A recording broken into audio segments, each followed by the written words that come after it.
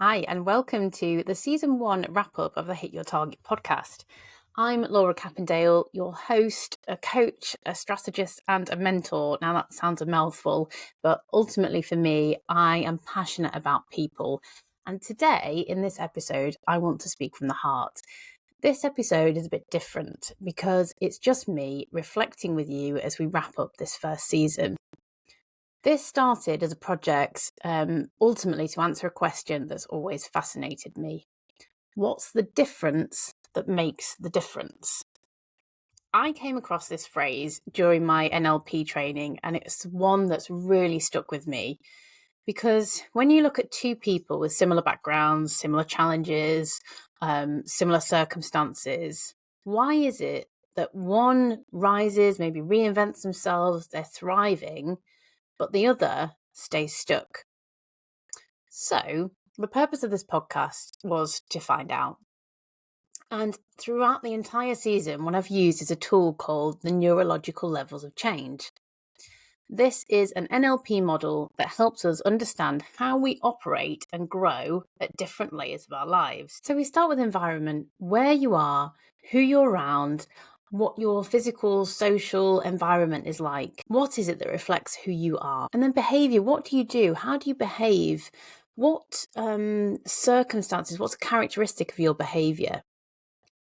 And then the next one, skills and capabilities, what you're able to do. What skills do you have? What are your talents? Then there's beliefs and values. So our beliefs and values are our driver of what's important. Why do we do what we do? What is it that you stand for? What is it that drives your purpose? And then identity. So this is the big one. This is when we get to the root cause or root. This is when we get to the root of who we believe we are. So our identity normally starts with I statements. So I am honest, I am reliable. All these things that we put an I in front of are generally identity. So it's our sense of self. And then the last one is the purpose and mission. And this really is the bigger picture of who you serve, why are you here, what is it that you're contributing to in the big picture of the world. So it's one of my favourite coaching tools because it gets to the heart of lasting change. And this isn't just surface level action. So in each episode, I've invited my guests to unpack their journey through that lens. So to go back over a few episodes, not just for the stories that were in there, but I want to analyse a bit of the NLP principles that showed up beneath them. If we look at Skylar Andrew and Trey Lowe's podcast, for example, these two stood out for their ability to reframe their stories. There's an NLP term that the map is not the territory. Now, I explain this in the way that the territory can't change, but how we interpret our map of the world can. So, for example, if you were creating a map of the world and you were a town hall and you're creating a map of Lincoln, for example, you might put the cathedral on there, the community centres, libraries. But if you were using that same picture of the city centre, but you were coming at it from a new Costas, for example, then the likelihood is you're not going to include all of the things that the town hall put on that map. You're only going to include the directions to your Costa branches. So going back to the podcast, Skylar and Trey talked about how they'd both faced hardship, they've had public pressure, adversity, but what made the difference? They understood that the way we interpret the world, our map, is not the world itself.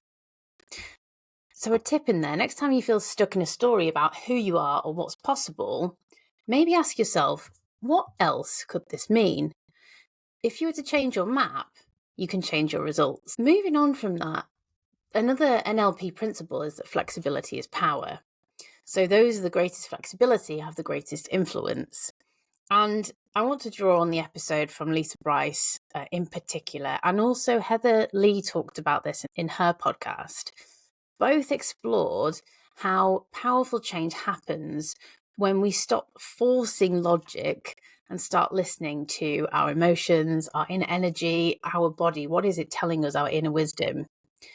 So Lisa has been a great mentor for me, and she talks about how she brought horses into the coaching world, which, if you haven't experienced Lisa's coaching, it's just phenomenal, because the experience of coaching with horses is just another level. But also, it's that powerful metaphor for non-verbal communication. And again, Heather explored this with her NLP tools that she'd studied as a practitioner to help her team lead during the COVID crisis. So again, a takeaway from this is, when your strategy isn't working, pivot your approach, not your goal. A third point that I want to talk about is how behavior has a positive intention, even though it may not come across that way to start with. So Emma Tatlow and Coco Novak actually talked about this. Emma talked about momentum and movement, not just physically, but mentally. And Coco spoke about shifting her identity after becoming a parent. Now, in both cases, they've explored the idea that even the fear of something new or procrastination has a positive intention. So, what I mean by that is, it's trying to keep us safe. Sometimes we fear things or react in a certain way to things because of that unconscious positive intention. Again, a tip from this is, what is this part of me trying to protect when that happens? Instead of fighting the resistance, how can you learn from it? Number 4, you are not your identity. You're the architect of it. So with this, there are moments in life where we've had to let go of old versions of ourselves.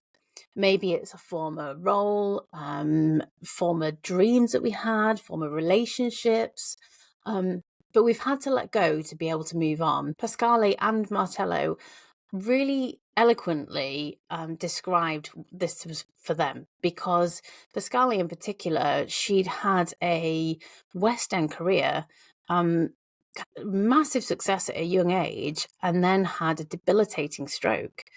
So she was forced to move into a new position.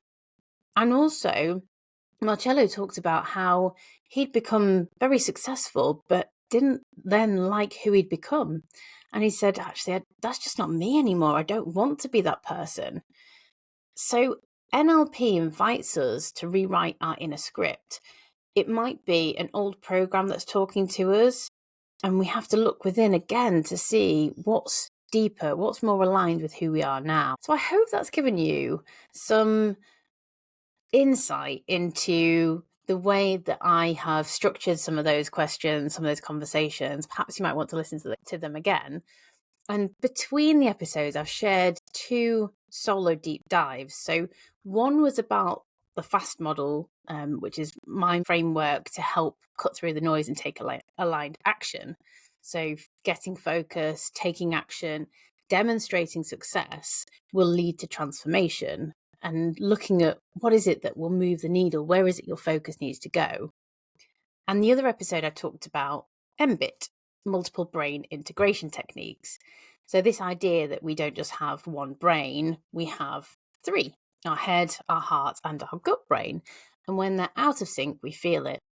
But when they're aligned, we step into our most powerful integrated self. And when I said this episode is from the heart, I meant it. And I want to be honest, this podcast has been a learning curve for me too. I've recorded guest interviews, solo episodes, juggled editing with client work. I've fought my own imposter syndrome. I've asked myself more than once, am I actually adding value here? Should my video quality be better? Should I have better audio? But what I've learned is, the difference that makes the difference is often not a grand, amazing gesture. It's simply consistency. It's showing up, it's being curious, asking the right questions, and being willing to grow in public. And Brené Brown and the likes of Simon Sinek and all these great people have told us that actually consistency is key, and being vulnerable helps to grow authenticity. So this is for me, this is just a learning curve, and they're actually a bit scary to do, but they remind me that frameworks are only useful if we live them and we do the action and do what we say we will. And the other thing to bear in mind is that podcasting, I've learned, is a big ask. So there's a lot of work that goes into getting guests, booking guests, recording the episodes, editing the episodes, putting all the transcript together and the notes for Spotify and everything else that goes with it. So for me, the purpose of the podcast is, one, I learn an awful lot from my guests. I love having great conversations with some really inspiring people. And I hope to share some of that knowledge and some of those learnings with a wider audience. But I'm also going to be honest with myself. So I'm taking a break over summer to recharge, to work with clients, create space just for new inspiration.